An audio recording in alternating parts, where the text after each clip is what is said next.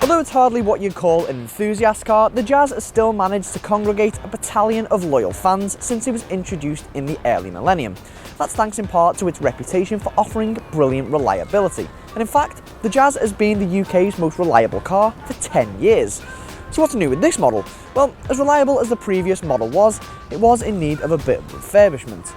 And that's exactly what this third generation model does, with a new front end, which now brings it up to date with the rest of the Honda range, and some interior changes, which make it more practical and, Honda hopes, makes it more appealing to a younger crowd. And you might not be able to tell from the outside, but this is actually 95mm longer than the previous model.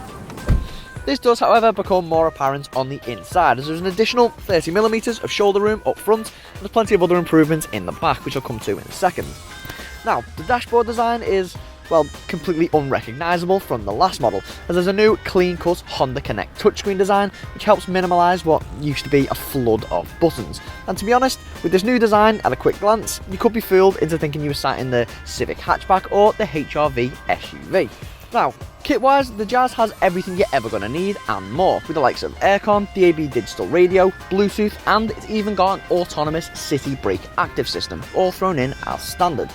My only slight niggle with the interior is the sheer amount of cheap plastics that are dotted about, which, when you consider the quality of kit that you get as standard, it is a bit disappointing. So, what's it like to sit in the back of the Jazz? Well, legroom wise, according to Honda, it's better than sitting in a luxury saloon, as it claims there's more legroom back here than there is in a Mercedes S-Class, and that's thanks in part to an additional 65mm of it. And even if you sit up straight, thanks to the Jazz's boxy shape, there's plenty of headroom as well. But where the Jazz really shows off is with its magic seats, which fold up cinema style to give you plenty of storage space, just like this. But if you don't want to use these, you can just simply fold these down and use the space underneath for storage. These front seats also recline all the way back to kind of give you a makeshift mattress. These wide opening rear doors, good touch as well. And if that wasn't practical enough, there's even a boot.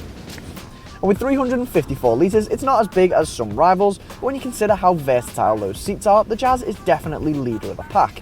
Even the way the seats shimmy forward when you fold them down and allow for a flat loading surface is brilliant.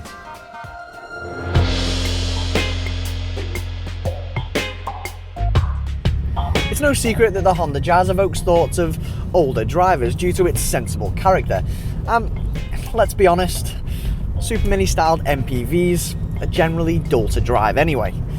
But the Jazz isn't entirely like that. Although it's not going to inspire you to go out and buy some racing gloves, the nicely weighted steering and responsiveness means it's got a bit more about it when compared to something like the Nissan Note. There's even a new agile handling assist system, which helps when it comes to cornering, and on top of that, the ride's nice and comfortable and it'll deal with the majority of bumps with ease. There's just one engine to choose from, which is a 101 brake horsepower, 1.3 litre petrol, and not to be totally cliche, but this engine will do whatever you need it to, so whether that's pottering about town or if you drop a few gears, pull off overtaking manoeuvres. Just bear in mind that if you do get the revs high, it will make quite a bit of noise. Although there is just one engine to choose from, you will be able to choose between either a 6-speed manual gearbox, which is what we've got, or a CVT automatic. And although the CVT automatic is the most efficient one, emitting 106 grams per kilometre and claiming an average of over 60 miles per gallon, we'd still recommend going for the manual. And it gives you a bit more control over the revs, which at times you will need. Just a quick one about the touchscreen. It can be quite difficult to navigate, as you've got numerous screens to get to simple features, and the volume control's just a bit fiddly. So when you weigh it up, the Jazz seems like a no-brainer. But as is usually the case, it is going to cost you, as the Jazz starts from around £13,500. Now, that's £3,500 more expensive than the Nissan Note. So, small supermini sized MPVs are rooted in offering practicality in a compact package, and the Jazz clearly does that, but it also goes above and beyond by offering a cool looking interior, a modernised exterior, and a drive that, okay, it's not sporty, but it certainly isn't boring.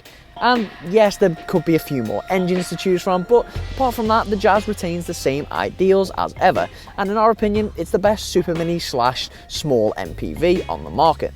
What do you think of the Jazz? Let us know in the comments section below, and don't forget to subscribe to our YouTube channel.